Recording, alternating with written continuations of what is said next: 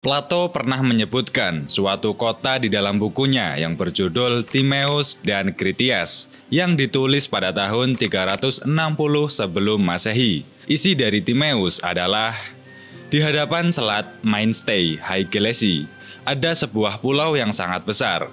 Dari sana kalian dapat pergi ke pulau lainnya. Di depan pulau-pulau itu adalah seluruhnya daratan yang dikelilingi laut samudra. Itu adalah kerajaan Atlantis. Ketika itu, Atlantis baru akan melancarkan perang besar-besaran dengan Athena. Namun, di luar dugaan, Atlantis tiba-tiba mengalami gempa bumi dan banjir. Tidak sampai sehari semalam, peradaban itu tenggelam di dasar laut. Negara besar yang melampaui peradaban tinggi lenyap dalam semalam. Itulah yang ditulis Plato dalam bukunya. Apakah Atlantis itu nyata? Atau hanya karangan dan kepentingan secara politik oleh filsuf dunia tersebut? Mari kita bahas benua yang hilang, The Lost Continent.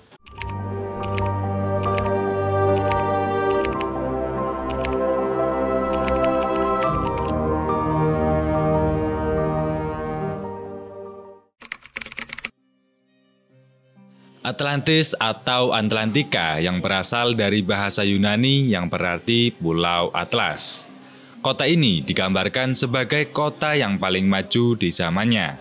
Atlantis memiliki sumber kekayaan yang begitu besar dan luas, sehingga terkenal dan ternama di dunia. Atlantis dikisahkan memiliki kemajuan dalam berbagai bidang, dari kesehatan, teknologi, militer, arsitektur, dan masih banyak lainnya. Atlantis bukanlah suatu kota, melainkan sebuah benua. Ya, benua yang begitu besar hingga ketenarannya tidak diragukan lagi. Plato menuliskan bahwa Atlantis terhampar di seberang pilar-pilar Hercules dan memiliki angkatan laut yang menaklukkan Eropa Barat dan Afrika 3.500 tahun sebelum waktu Solon, atau sekitar tahun 1500 sebelum Masehi. Namun, Atlantis gagal menyerang Yunani dan tenggelam ke dalam samudra hanya dalam waktu 1 malam saja. Tetapi, Atlantis dianggap mitos yang dibuat oleh Plato untuk keperluan politik Yunani pada waktu itu. Beberapa ahli mengatakan bahwa Plato menggambarkan kejadian yang telah berlalu, seperti letusan Thera dan perang Troya.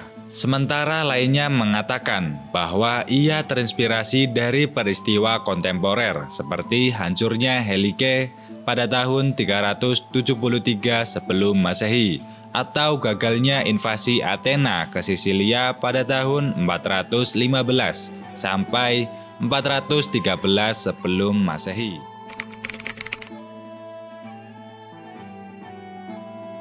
Dua dialog Plato dalam buku yang terkenal yaitu Timaeus dan Critias yang ditulis pada tahun 360 sebelum Masehi. Tetapi Plato tidak pernah menyelesaikan Critias karena alasan yang tidak diketahui. Berisi referensi pertama Atlantis dalam buku Timaeus. Disebutkan di mana letak Atlantis itu berada. Timaeus sendiri berisi tentang asal-usul dunia dan manusia. Critias berisi strategi peradaban Helenik selama konflik mereka dengan bangsa barbar sebagai subjek diskusi dalam Hermokrates. Isi dari Timaeus adalah, kekuatan ini datang dari Samudra Atlantik. Pada waktu itu, Samudra Atlantik dapat dilayari dan ada sebuah pulau yang terletak di hadapan selat yang engkau sebut pilar-pilar Hercules. Pulau itu lebih luas dibandingkan dengan gabungan Libya dan Asia. Dan pilar-pilar ini juga merupakan pintu masuk ke pulau-pulau lain di sekitarnya. Dan dari pulau-pulau itu, engkau dapat sampai ke seluruh benua yang menjadi pembatas Laut Atlantik. Laut yang ada di dalam pilar-pilar Hercules hanyalah seperti sebuah pelabuhan yang memiliki pintu masuk yang sempit. Namun, laut yang di luarnya adalah laut yang sesungguhnya. Dan benua yang mengelilinginya dapat disebut sebagai benua tanpa batas. Di wilayah Atlantis ini, ada sebuah kerajaan besar yang memerintah keseluruhan pulau dan pulau lain di sekitarnya, serta sebagian wilayah di benua lainnya. Critias menyebut kisah yang diduga sejarah yang akan memberikan contoh sempurna dan diikuti dengan deskripsi Atlantis. Critias mengklaim bahwa catatannya mengenai Athena kuno dan Atlantis berhaluan dari kunjungan ke Mesir oleh penyair Athena, Solon pada abad ke-6 sebelum Masehi. Di Mesir, Solon bertemu pendeta dari Sais yang menerjemahkan sejarah Athena kuno dan Atlantis. Dicatat pada papiri di hieroglif Mesir menjadi bahasa Yunani. Menurut Critias, dewa Helenik membagi wilayah untuk setiap dewa. Poseidon mewarisi wilayah Pulau Atlantis. Pulau ini lebih besar daripada Libya kuno dan Asia Kecil yang disatukan, tetapi akan tenggelam karena gempa bumi dan menjadi sejumlah lumpur yang tak dapat dilewati, menghalangi perjalanan menyeberang samudra. Bangsa Mesir mendeskripsikan Atlantis sebagai pulau yang terletak kira-kira 700 km. Kebanyakan terdiri dari pegunungan di wilayah utara dan sepanjang pantai, dan melingkupi padang rumput berbentuk bujur di selatan, atau terbentang dalam satu arah 3.000 stadia, atau sekitar 600 km. Tetapi di tengah sekitar 2.000 stadia, atau kira-kira 400 km. Wanita asli Atlantis bernama Kleito, yaitu putri dari Evenor dan Leucippe, tinggal di sini. Poseidon jatuh cinta padanya, lalu memperistri gadis muda itu dan melahirkan 5 pasang anak laki-laki kembar. Poseidon membagi pulau menjadi 10 wilayah, yang masing-masing diserahkan pada 10 anak. Anak tertua, yaitu Atlas, menjadi raja atas pulau itu dan samudra di sekitarnya, yang disebut Samudra Atlantik untuk menghormati Atlas. Nama Atlantis juga berasal dari namanya, yang berarti Pulau Atlas. Poseidon mengukir gunung tempat kekasihnya tinggal menjadi istana dan menutupnya dengan 3 parit bundar, yang lebarnya meningkat, bervariasi dari 1 sampai 3 stadia, dan terpisah oleh cincin tanah yang besarnya sebanding. Bangsa Atlantis lalu membangun jembatan ke arah utara dari pegunungan, membuat rute menuju sisa pulau. Mereka menggali kanal besar ke laut. Dan di samping jembatan, dibuat gua menuju cincin batu sehingga kapal dapat melewati dan masuk ke kota di sekitar pegunungan. Mereka membuat dermaga dari tembok batu parit. Setiap jalan masuk ke kota dijaga oleh gerbang dan menara, dan membuat mengelilingi setiap cincin kota. Tembok didirikan dari bebatuan merah, putih, dan hitam yang berasal dari parit, dilapisi oleh kuningan, timah, dan orikalkum atau perunggu. Menurut Critias, 9.000 tahun sebelum kelahirannya, perang terjadi antara bangsa yang berada di luar pilar-pilar Hercules yang diduga Selat Gibraltar, dengan bangsa yang tinggal di dalam pilar. Bangsa Atlantis menaklukkan Libya sampai sejauh Mesir dan benua Eropa sampai sejauh Tirenia, dan menjadikan penduduknya menjadi budak. Orang Athena memimpin aliansi melawan kekaisaran Atlantis, dan sewaktu-waktu aliansi dihancurkan. Athena melawan kekaisaran Atlantis sendiri, membebaskan wilayah yang diduduki. Namun nantinya muncul gempa bumi dan banjir besar di Atlantis. Dan hanya dalam 1 hari 1 malam, Pulau Atlantis tenggelam dan menghilang. Selain Timaeus dan Critias, tidak ada catatan kuno lainnya yang menyinggung tentang Atlantis, yang berarti semua kisah dan catatan mengenai benua yang hilang itu berasal dari 1 orang, yaitu Plato. Banyak filsuf kuno menganggap Atlantis sebagai kisah fiksi belaka, termasuk Aristoteles. Tetapi murid dari Plato, yaitu Krantor, mencoba menemukan bukti keberadaan Atlantis.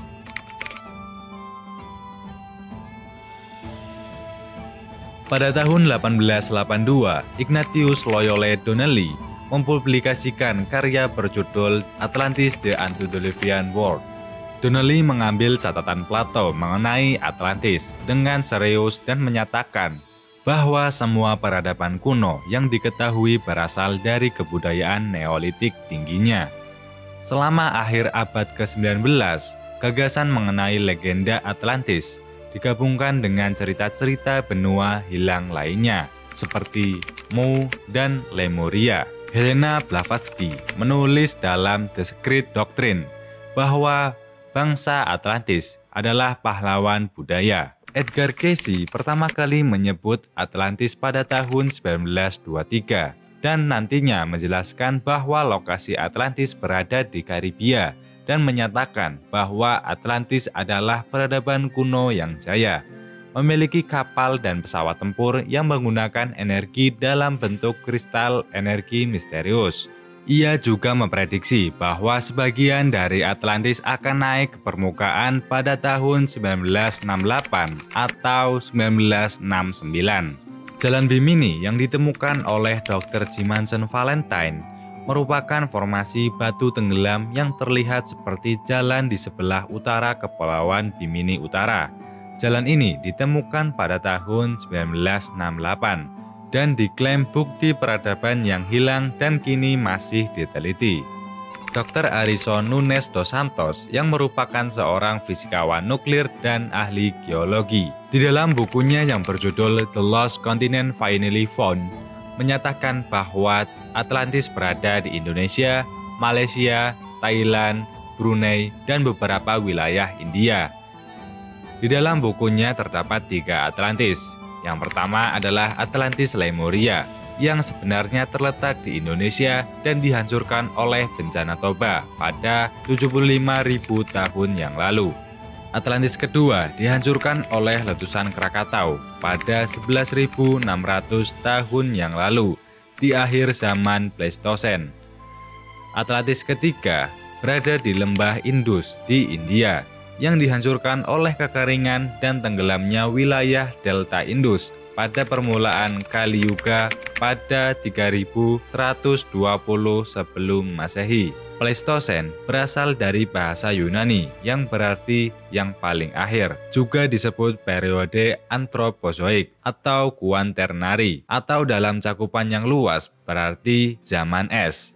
Peta yang paling ideal untuk menunjukkan keberadaan Atlantis adalah peta ini. Peta ini dibuat oleh Athanasius Kircher. Dia adalah seorang Jesuit ternama dari masa Renaissance yang terdapat di bukunya bertajuk Mundus Subterraneus yang diterbitkan di Amsterdam pada tahun 1655. Mengapa Dr. Ariso Santos menyatakan bahwa Atlantis itu di Indonesia?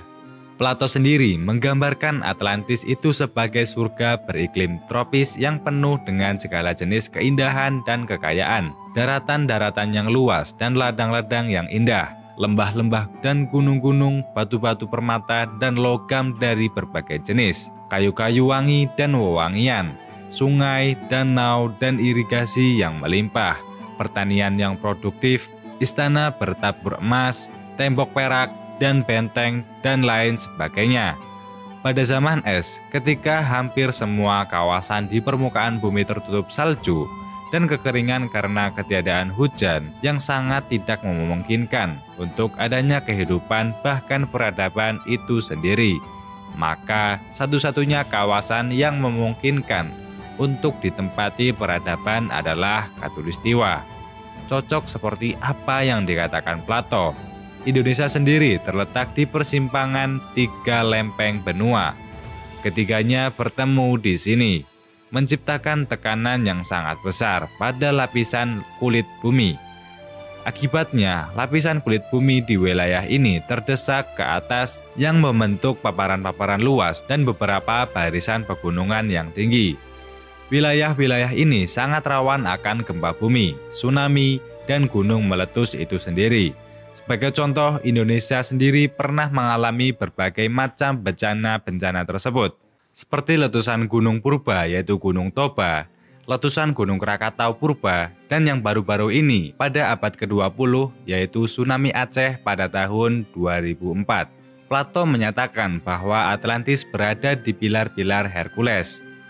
Ada banyak pilar-pilar Hercules bertujuan untuk menyembunyikan lokasi Atlantis dari orang-orang serakah akan pengetahuan dan kekayaan yang akan menodai dan menyerang tempat tersebut.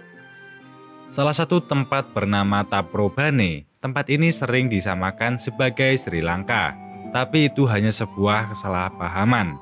Taprobane merupakan kota emas dalam kitab Ramayana, ibu kota dari kerajaan Rahwana yang mendunia. Taprobane juga merupakan lokasi garis waktu internasional pada zaman kuno, sebuah tempat yang disebut sebagai tanah matahari terbit. Sejumlah ciri-ciri lain juga menegaskan pilar-pilar Hercules berada di sekitar Khatulistiwa. Ukuran pulau yang besar, bentuk yang indah, dan lain-lain. Secara harfiah, nama Taprobane juga dapat disamakan dengan Chrys Chersonesos dalam bahasa Yunani dan Aura Chersonesus dalam bahasa Latin. Semua nama ini memiliki makna yang sama, yaitu semenanjung emas. Dan ini benar-benar nama kuno dari Indonesia. Pilar yang asli hanya ada satu pasang pilar, yaitu pilar Hercules, yang mengapit Selat Sunda di Indonesia. Mungkin yang dimaksud pilar yang mengapit adalah Gunung Krakatau. Gunung tersebut yang menyebabkan Pulau Sumatera dan Pulau Jawa terpisah pada tahun 535 Masehi. Jadi, kesimpulan menurut Dr. Ariso Santos, Atlantis berada di Indonesia. Atlantis adalah Indonesia itu sendiri.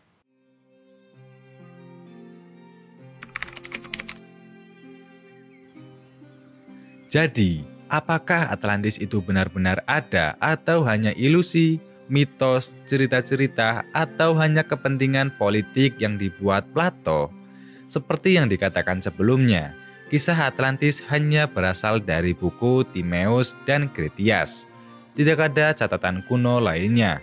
Bahkan peradaban besar seperti Mesir, Babilonia, Persia, Romawi tidak pernah mencatat bahwa Atlantis itu ada.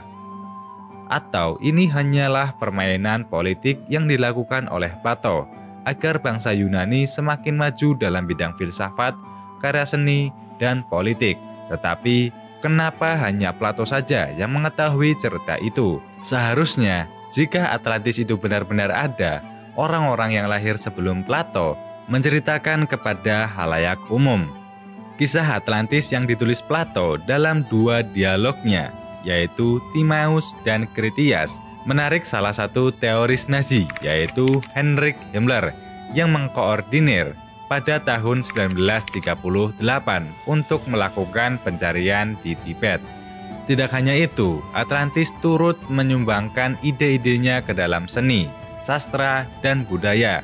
Buktinya, Atlantis muncul dalam banyak buku, film, serial televisi, video game, lagu, dan karya-karya lainnya. Dari sini kita belajar bahwa jika Atlantis itu hanya karangan Plato saja, kita mendapatkan pelajaran yang luar biasa untuk terpacu membuat karya sastra yang benar-benar populer hingga menjadi legenda itu sendiri. Atau jika memang benar apa yang dikatakan Plato, maka kita sewajibnya mempelajari apa yang ada di dalam Atlantis itu sendiri, seperti mempelajari peradaban bangsa-bangsa kuno lainnya.